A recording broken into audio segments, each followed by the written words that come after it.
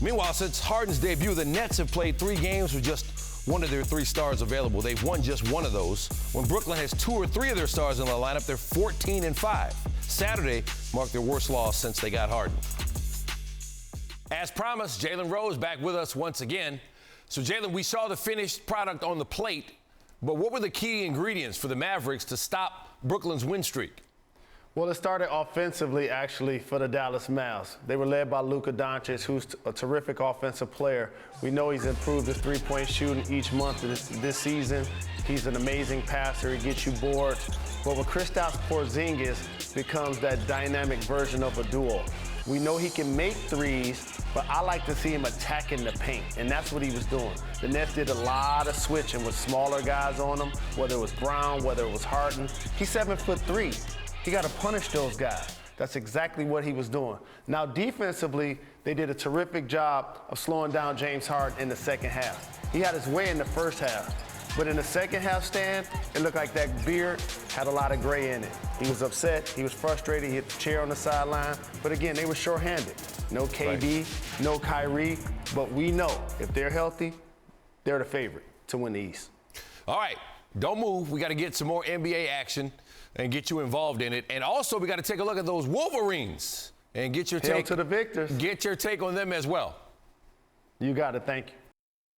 76ers have 2 All-Stars and just 2 home losses this season, Denver and Portland. No way they should lose to shorthanded Cleveland at home. Joel Embiid, 21 in the first half, nothing in the third. Let's go to the fourth. Sixers took their first lead in the fourth. They're down now. Embiid, the mid-range. It's a 1-point game. Now tied. Embiid past Jared Allen in his hair.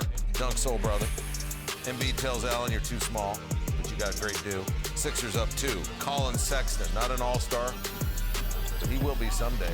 He's shooting it like that. He gets the 3 right there. Sixers coming the other way, and it's Embiid. Again, gets Allen and gets by Allen. So we're tied. 5 seconds left, still tied. Embiid with the last shot, and I'm not sure this is the shot Doc Rivers wants. I mean, if it goes in, it is, but no. The game goes to overtime. The 76ers were favored by 11.5. Vince in research tells me 76ers 19-1 over the last 5 seasons when favored by 11 or more. The one loss to Cleveland. Sexton, he had 28, Cavs up 5. Sexton blocked by Embiid. Sixers in transition. Simmons to Embiid, who draws the and one. He made the free throw, but the Sixers made 12 free throws. Darius Garland, he had 25. That backcourt for Cleveland went for 53. The Cavs 112-109, despite 42 and 13 from Embiid. Doc on line 1. We refused to get into anything. We didn't get into our early offense after makes. We didn't get into them, our sets with any speed or pace. It looked like, honestly, we were running our offense like it was a walkthrough. We had a chance to win the game, which is a freaking miracle when you think about it with the way we played. But overall, especially in overtime, they had so much more energy. They were happy to go to overtime, and we were not. You can literally see it.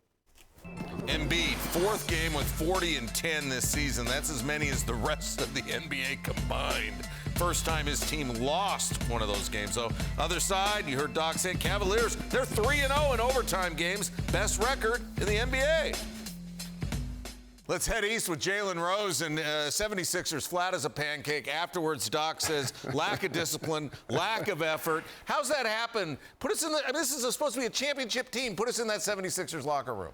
So this is a perfect storm for a championship-level head coach in Doc Rivers in his first year with the Sixers that understands that they have championship or bust expectations. First off, I want to give a shout-out to the Cleveland backcourt. They were terrific. Garland and Sexton, they had their way. They're like an East Coast version of the Portland backcourt if they continue to develop. So Joel Embiid and Ben Simmons played outstanding. Big-time points, rebounds, and assists. So now, when you go to the podium, you can chastise the team and say we didn't have a lack of focus, but you're really talking about the rest of your role players. So now that's your way to challenge them, understanding that Tobias Harris wasn't available. Yeah, Curry hasn't been shooting the basketball very well as of late. Friday night, you gave us, I think it was 5 teams when I said who can win the East. You gave us the West power rankings. Now we want the East power rankings. That means 4, 3, 2, 1. All right, here we go, Neil. So everybody's healthy in the Eastern Conference, and you want to play a 7-game series? Here's my power rankings. Team number 4. I know you look down to Eastern Conference standards. You're like, wait a minute, where are the Miami Heat? Well, they're getting healthy right now. Jimmy Butler, these last handful of games, been flirting with triple-doubles. Bam Adebayo is one of the best defender bigs in the league, who's a terrific scorer around the bucket. And Duncan Robinson's making the threes from outside, Goran Dragic. The Miami Heat, well coached by Eric Spoelstra. If there was a fantasy draft of NBA coaches, Eric Spoelstra would lead my team. Number 3, Giannis and the Bucks. They're going to get Drew Holiday back real soon.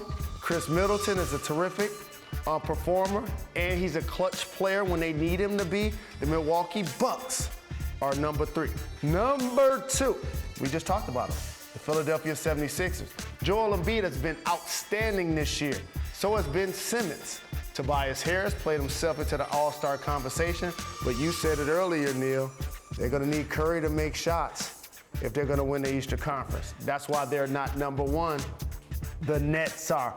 Brooklyn, stand up. I know KD's out. I know Kyrie missed the game today. James Harden, he's been playing outstanding since he joined the team, flirting with triple-doubles on a nightly basis. If they're healthy, the cream of the crop in the Eastern Conference is the Brooklyn Nets.